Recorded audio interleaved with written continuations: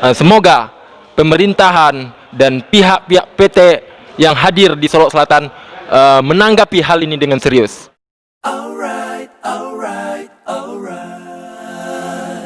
Saya Ketua SPSI Solok Selatan, nama Josra Wirman. Sehari-hari orang manggil saya Jot Botak.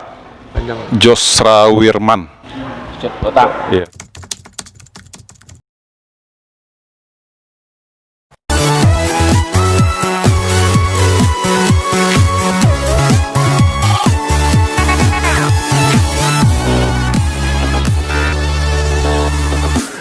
Assalamualaikum warahmatullahi wabarakatuh. Kembali lagi bersama saya Rizwan Ahong. Dan di video kali ini kita akan mendengar statement yang keluar dari Ketua SPSI Solok Selatan, yaitu Serikat Pekerja Seluruh Indonesia, angkat bicara mengenai perusahaan-perusahaan nakal terlalu banyak di Solok Selatan ini yang tidak berkoordinasi dengan Ketua SPSI di Solok Selatan, dan para pihak perusahaan memperlakukan karyawan tidak sesuai dengan aturan Undang-Undang Nomor 13 di tahun 2003. Simak videonya. Sebelum video ini dimulai, subscribe, aktifin loncengnya. Oke, assalamualaikum warahmatullahi wabarakatuh. Jumpa lagi bersama saya Rizwan Ahong, dan di video kali ini kita akan mewawancarai Ketua SPSI Solok Selatan. Itu bersama Jos, kita akan menanyakan bagaimana sikap pihak investor yang hadir di Solok Selatan ini bagaimana. Silakan paparkan, Bang. Assalamualaikum warahmatullahi wabarakatuh. Saya Ketua SPSI Solok Selatan, nama Josra Wirman. Sehari-hari orang manggil saya Jot Botak. Jot Botak. Iya. Jadi menurut pantauan saya di lapangan, masih banyak perusahaan-perusahaan yang saya anggap bandel, yang belum memperhatikan kesejahteraan karyawan dengan sempurna. Namun demikian, ada juga perusahaan-perusahaan yang sudah melakukan karyawan dan menempatkan karyawan sesuai dengan aturan. Ada beberapa perusahaan yang kami anggap lumayan dalam menjaga kesejahteraan karyawan, tapi masih banyak yang melalaikan hak-hak tenaga kerja yang ada di Solok Selatan. Ada sebuah perusahaan yang saya temui kemarin, sampai hari ini membayar upah masih di bawah setahu saya. Saya tidak akan menyebutkan nama perusahaannya karena saya masih menjaga identitas. Saya takut melanggar kode etik. Dan perusahaan itu sekarang lagi menunggak BPJS-nya, sehingga ada karyawan dari perusahaan tersebut berobat ditolak BPJS kesehatannya. Menurut pantauan saya di lapangan, pengakuan dari karyawan tersebut, gaji masih dipotong untuk membayar iuran. Jadi kendala-kendala tenaga kerja di Solok Selatan itu sangat banyak. Itu apakah ada upaya-upaya untuk menyelesaikan permasalahan yang demikian oleh organisasi Abang atau bagaimana? Jadi kendala bagi kami sekarang dari SPSI Solok Selatan, karena banyak di perusahaan-perusahaan yang belum terbentuk PUK-nya dan belum terdaftar di Snaker. Jadi karena tidak terbentuk PUK, sehingganya koneksi kami sampai ke perusahaan itu sering terputus. Soalnya yang lebih dominan itu PUK. PUK itu namanya pimpinan unit kerja. Jadi persoalan itu digiring dari PUK baru sampai ke kami. Apabila sudah menjadi ranah kami, baru kami turun.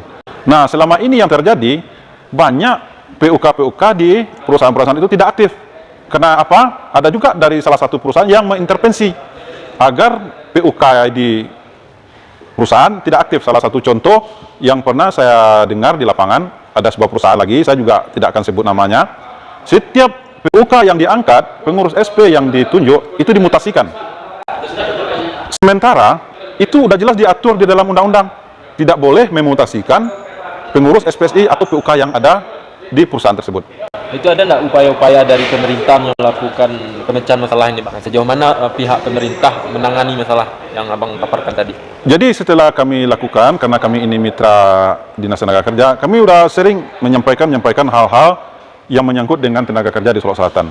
Tapi sampai hari ini kami dari SPSI itu tidak pernah diajak bekerja sama, padahal kami mitra. Yang tidak pernah diajak kerjasama ini oleh pemerintahan? Iya, oleh dinas terkait. Dan lagi kami dari SP itu terbatas dari kemampuan anggaran, karena kami mau turun ke lapangan sampai hari ini kami dengan anggaran pribadi. Hanya memang ada niat dari hati yang dalam untuk membantu karyawan, tapi bisa kami lakukan sekemampuan kami. Apabila ada budget, kami pergi Kalau tidak ada, ya kami berhenti. Tapi kami tetap melakukan monitor-monitor ke perusahaan tanpa diketahui oleh perusahaan tersebut. Makanya beberapa hari kemarin saya monitor ke sebuah perusahaan yang ada di wilayah Sulawesi Selatan, yang seperti saya bilang tadi, saya tidak sebut namanya. Itu banyak pengaduan lisan yang terjadi sekarang kepada saya. Malam 2 hari yang lalu, 2 malam yang lalu, ada karyawan itu mendatangi saya melaporkan bahwa mengenai BPJS tadi.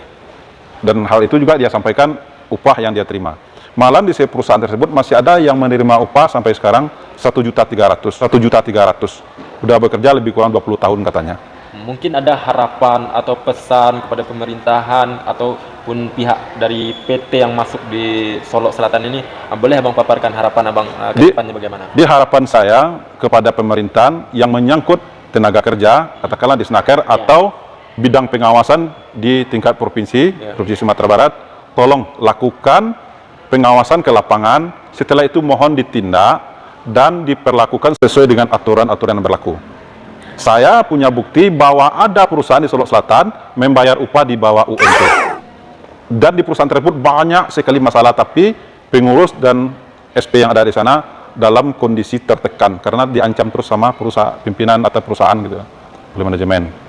Seperti itu. Ya, itulah statement yang dikeluarkan oleh Ketua SPSI Solo Selatan. Sama-sama kita dengar pernyataan dari beliau, dan ada harapan-harapan yang ditanam oleh Ketua SPSI, yaitu Bang Jos, biasa dipanggil Bang Botak. Semoga pemerintahan dan pihak-pihak PT yang hadir di Solo Selatan menanggapi hal ini dengan serius. Saya Rizwan, mohon pamit undur diri. Assalamualaikum warahmatullahi wabarakatuh. Waalaikumsalam warahmatullahi wabarakatuh.